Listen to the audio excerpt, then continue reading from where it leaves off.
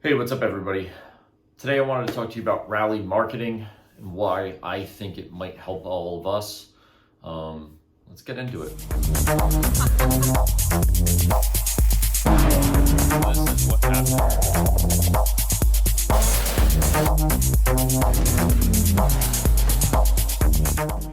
So thanks for joining me. I'm William Petro. I am the owner of Broken Motorsports and bleedingtarmac.com.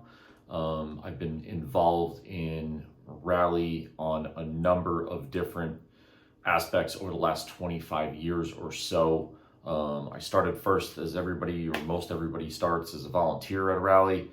I then evolved into working as a crew member for a team based out of Brooklyn and Manhattan. And then I turned that passion for the sport into my first ever business when I was about 21 years old.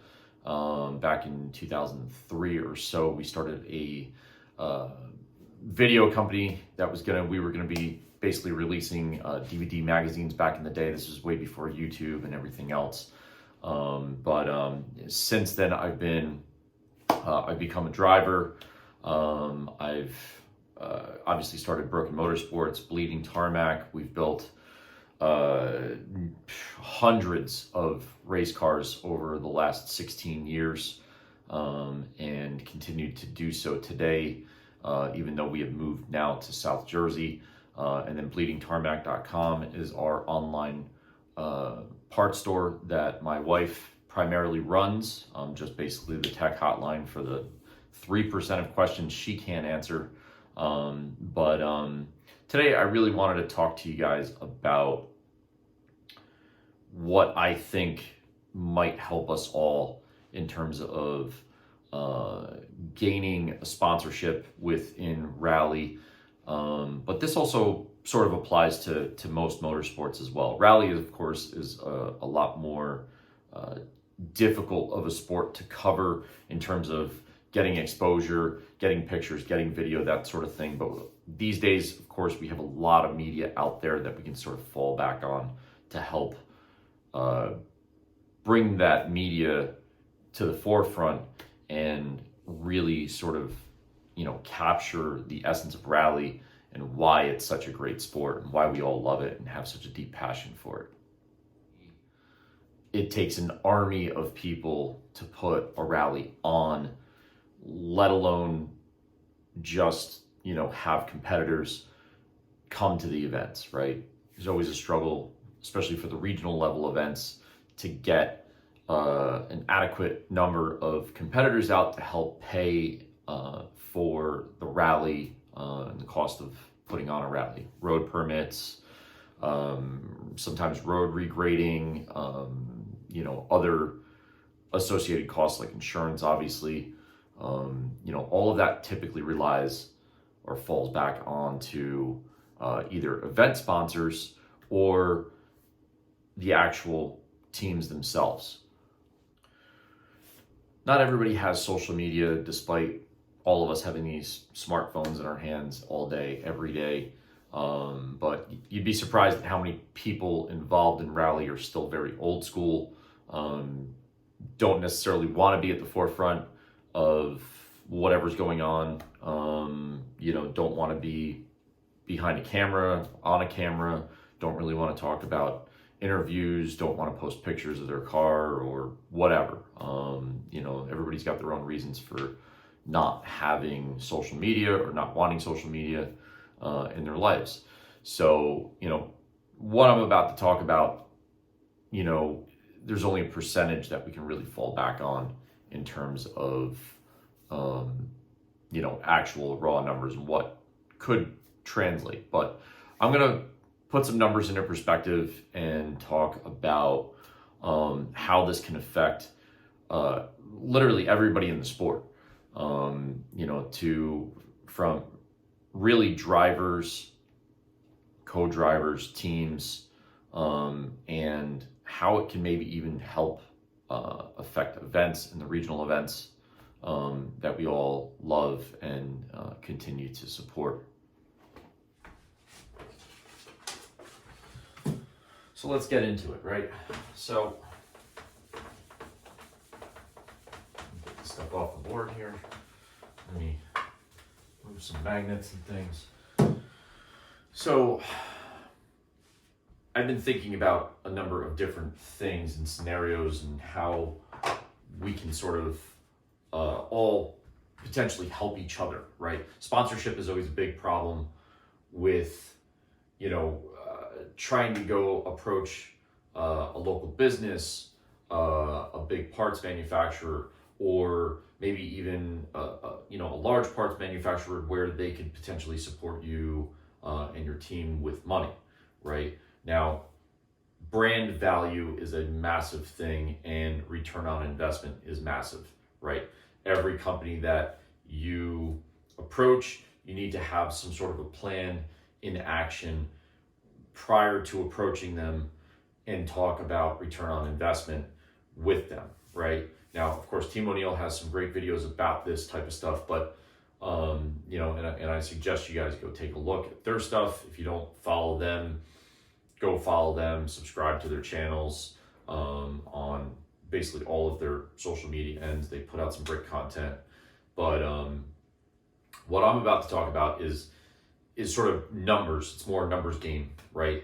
And having that exposure overall with the number of followers or interactions that you get within your account actually go a long way these days with any potential sponsor that you might be trying to approach, trying to court into, helping you and your team get to an event, win a championship, any sort of aspect of really going racing. So right now, of course, obviously these numbers apply to rally in North America. So it's not just the US. I took numbers from Canada as well.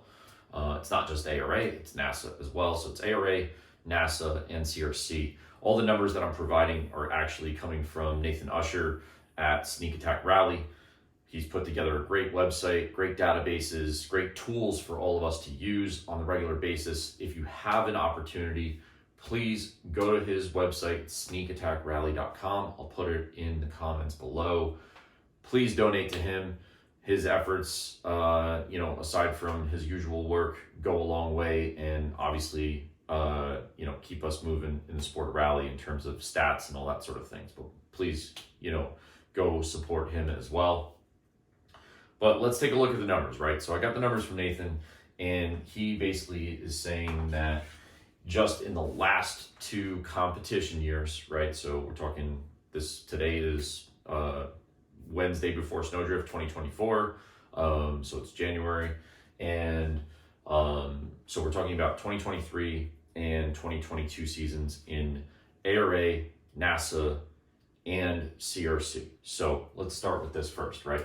So the first numbers we have are number of drivers, right? We have 652 drivers in basically the US and Canada, right? And then we have, surprisingly, 693 co-drivers in, again, US, Canada, ARA, NASA, CRC. So if we take these two numbers and we add them together, right, we get 1345. Now this is just drivers and co-drivers, okay? Most teams will have a number of crew people with them, sometimes as little as just one crew person, sometimes as many as 6 to 10, depending on how big the team is, if it's a single team, single car team, different aspects of the team. Obviously, teams like Subaru are going to have a whole number of people for different tasks just for 2 cars. So, I mean, for 2 cars, you have 2 drivers, 2 co-drivers, that's 4 people. If you have a big support team around you, you may have as many as 20 people, almost 10 per car to support a team like that. But most of us grassroots people, we're talking 1 to 4 crew people on average if you're that lucky to get people to come out and help you. So talking about crew, we'll actually put that conversation off to a little bit later, but keep those numbers in mind while I show you guys what I'm talking about here. So on average, we have no rally can really be put on without volunteers, right? The main organizing board is volunteers, and then obviously we have a whole slew of other, volunteers out there from, timing and scoring to, stage marshaling to the sweep teams, right? So, number of different aspects that can be used out there to sort of get involved in rally. If you want to get involved in rally, there's a number of different avenues right there that you can get involved in. Reach out to your local rally, see what they can help with. Let's talk about average number, okay? Most rallies in the US need an average, right, of roughly 200, we'll say plus or minus, volunteers, right?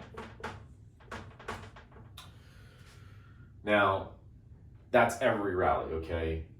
Roughly that number. Could be a little less, could be a little bit more, depending on how big the rally is. Obviously, if it's a one-day rally, you're gonna need a lot less people to come out and help get the rally moving. So, but this is, I would say, the average number for a 2-day rally, not a 1-day rally. Certainly not including rally sprints. Rally sprints need a lot less people, but we're not counting rally sprints in these numbers, right? So in 2023, we had a total of 39 rallies. And in 22, we had a total of 35 rallies, okay? Now, most of you are probably seeing where I'm going with this, right? But if we have 1,345 individual drivers and co-drivers, we have roughly 200 plus or minus volunteers at every event, and we have as many as 39 rallies last year and 35 rallies the year before. We're talking some pretty big numbers here, right? So I'm not gonna be able to add all this up right now. I'm gonna get a calculator. Let me do that. So obviously, between 2022, we had 35, 2023, we had 39 rallies. Again, this is all of North America. Looks like, it's not a lot, it's not a big increase, it's a little increase. Looks like we're on the rise. We may have more rallies, than 39 this year in 2024. We just had an email this morning come out from ARA saying that they are adding the Tennessee Rally USA event down in Chattanooga, which used to be 20 some odd years ago, Old Cherokee Trails, which is awesome to know that these stages are coming back. The event is going to be in the middle of June, but this is the event that they've been sort of talking about and poising to be the new WRC event for the USA. So it's great to see it on the ARA calendar. Very happy about that. Figured this number may climb a little bit. All right. But if you take roughly 200 plus or minus volunteers, 39 rallies, again, this is a mix of 1-day, 2-day rallies in the US, Canada. Let's just keep simple numbers here. So 200 times 3,900 equals 7,800 volunteers. Now we know when we go to rallies, we see a lot of the same people at volunteers, or as volunteers at different rallies. We know that, if people have the time, have the availability, and can get away, they want to go to a rally. There's nothing like it. So we do know that this number is probably a little bit less. So let's just say there's 7,500 individual volunteers that come out to rallies every year to make these 39 rallies happen. Okay, so now let's focus on drivers and co-drivers. Now, this is drivers and co-drivers that have actively entered a rally in the last 2 years. This isn't a count of drivers or co-drivers that have not competed or at least not signed up for a race. Obviously, there's always, the oddball, you sign up for a race, you can't get there, and then you don't do any rallies for the year at all. That does happen, but it's very, very minimal. But let's take the average here, okay? If there's 693 co-drivers and there's 652 drivers, obviously could only be as many as 652 teams. Let's sort of simplify those numbers and bring the numbers down. Let's say that 50 of those people, 52 out of that 652 number didn't actually go and compete this year or last year, right? Let's just nix that and we'll just call it 600. Okay, 600 teams, okay, have competed in North America, US, Canada, in the last 2 years, okay? Now, obviously, a lot of those teams are going to be competing in 1 year and not necessarily the next year, vice versa. So let's just say for simple sake, okay, we take this down to 500 teams actually competed in both 2022 and 2023. Now, if we take that number and we add in how many crew people show up for them, okay? Now we know, again, like I said before, Subaru's got a massive team. There are other teams that also have a massive support, group within them. And then there's some guys that just don't have, enough people that can make it out to a rally to help crew. So I'm going to take an average of roughly 4 crew people per team per event, just to boil it down simple. So this is going to equal, you're talking 2,000 crew people, okay? So if you take that 2,000 crew people and you add the 500 teams, right? Now again, that's going to be times 2 people because you have a driver and co-driver. So that's going to equal 1,000 people right there, okay? So if you take the obvious numbers here, and you add everything up here, you basically come down to 10,500 people. Now this number is super important from the social media aspect. Why, I do not know. I am not a marketing expert. Said this before. These are just observations that I've made over the last God knows how long, but basically the magic number for anybody who's trying to get any sort of sponsorship, any sort of support, help grow their channels sort of exponentially, you gotta be at 10,000 plus number, right? I don't even have 10,000 followers. I only have on Instagram about it's under 5,000 on Instagram. We've only just really started to work on our YouTube channel. We're at 500 something followers there, not crazy. And then, my Facebook, my personal Facebook. If you don't know, personal Facebook's cap out at 5,000 friends, right? People we know. Most of them are racers, volunteers at races and rallies. So, that would have to move you to a professional page, and then, professional pages basically start from 0 again. So, we've seen a number of people post about their numbers this week, right? Sam Albert hit 10,000 followers finally on YouTube. He's got this crazy Ferrari Subaru. Why wouldn't anybody want to follow that? Plus, it's a rally guy. Patrick Grushka has made it to 20,000 on his professional page on Facebook. let's see, Terra Rally Crew on Instagram also just hit 20,000.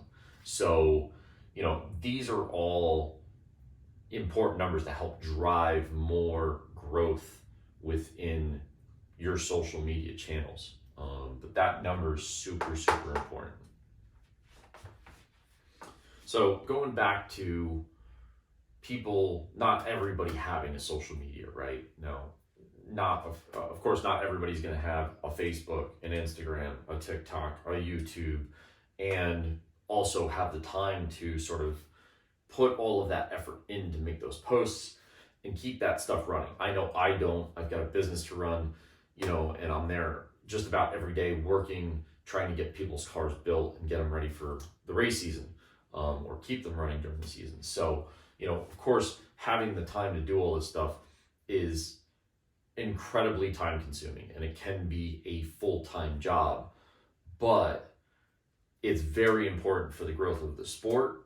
It's very important for the growth of your own teams. It's very important for the growth and support of your events that you're going to race. So let's say, for instance, okay, let's be harsh here. Let's say out of all these drivers and co-drivers, and out of all of these volunteers and all these rallies that we have every single year, let's say only 5,000 people have social media, okay? Now, here's my proposal, okay?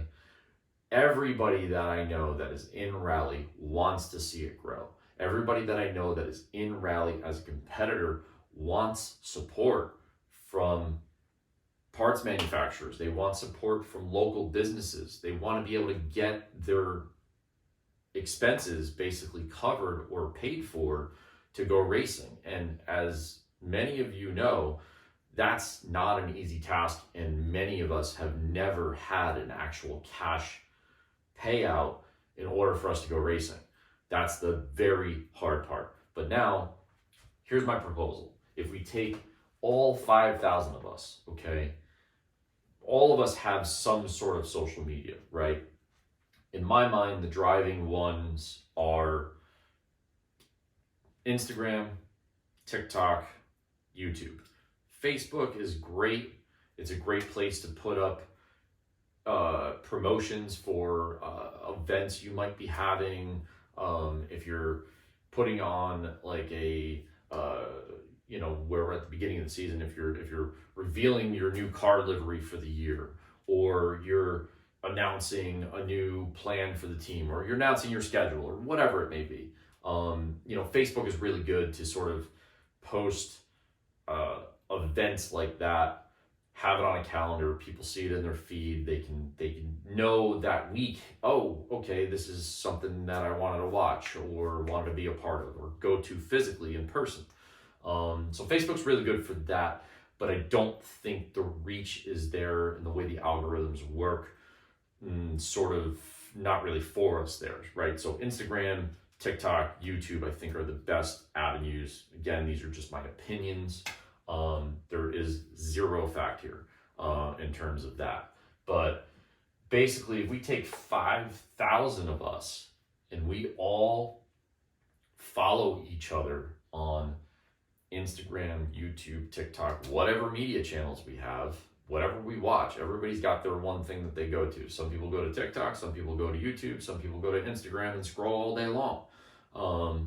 But if we all, not saying, hey, follow me, I'm not going to follow you back. In fact, I've been going on sneakattackrally.com where you can actually sign up as a team driver or co-driver and provide Nathan with all of your social media contacts, and he will put those links up so that when he populates the entry lists for an event, you can actually click on those links and it'll bring you to those people and you can follow them right from their page, whatever their Instagram, their TikTok, YouTube, whatever they're on, right? So I've been doing that for the last 2 weeks. Every couple of days I've been going on to sneakattackrally.com and I've been going down the entry lists of Snowdrift and 100 Acre Wood, right? Because 100 Acre Wood's coming up next month. So I've been following everybody. And again, I feel like those numbers, we could pump everybody's numbers up, potentially 5,000 people, right? 5,000 followers. Followers are very important. The number of followers you have are very important. It gives a broad spectrum of what type of exposure you might have and what brand value you might bring to a sponsor that you're trying to bring on and help you get through your season. So 5,000 would be a massive jump for all of us, right? Now, this would not just give us some momentum within the algorithms on whatever channels or whatever apps we're using, but it would give some momentum for the sport in general. And right now, there's a weird, I don't know what it is, but there's a weird shift in focus on rally and rally type vehicles, or what people are calling safari builds, right? Lee Keen started the safari thing a number of years ago with building his 911s. A lot of people have seen them. They're super cool. They're awesome, but they are not stage rally cars, which is fine. That's totally fine. It does help bring some awareness and some excitement, towards rally in that sense, right? As recent as the last month, we've seen somebody like Adam LZ build his R32 GTR into a safari build. And that, gets tons of followers and, tons of views. Now, if we were able to take this 5,000 number, all follow each other, we all pump our numbers up, roughly 4,500, 5,000, we're going to see a change in, I think, the algorithms and how they treat us. But on top of it, while you're scrolling, if you ever see any of these other teams that you're following, or drivers, co-drivers, even volunteers, you see any of those guys following you, the best thing to do while you're scrolling is to actually go in and give it a like, right? Because at the end of the day, if you don't have interaction with your 5,000 plus viewers, it's not really going to matter, right? But if you say, hey, look, I've got 6,000 followers, and I made this post yesterday, but it's got 500 likes, that gains traction overall, and if we're all doing that to help each other grow and help the sport grow, hopefully we can sort of capture more potential sponsorships for everybody, including the events themselves. They really need the help, whether it's locally or nationally, from major supporters, major sponsors, to help offset some of those costs. And ultimately, if an event has their costs offset enough, it should trickle down to the entry costs as well, and we should see some of that entry costs come down even. So keep all this stuff in mind when you're just randomly scrolling on Instagram or Facebook or YouTube or TikTok or whatever. Interactions really do count. They really matter. And it can really help grow our sport. If we're heading towards a WRC event in 2 years, like they're saying, we really need to amp up our enthusiasm for everybody that's involved in the sport, not just rally drivers and co-drivers, but, volunteers too. They do a lot for us. We all know as competitors, if there's no volunteers, there's no rally.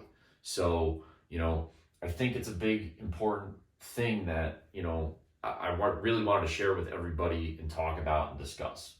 If there's anything that I've said that doesn't make sense, or I somehow mathed wrong or whatever, put it in the comments below. I'd love to hear what you guys have to say about this stuff.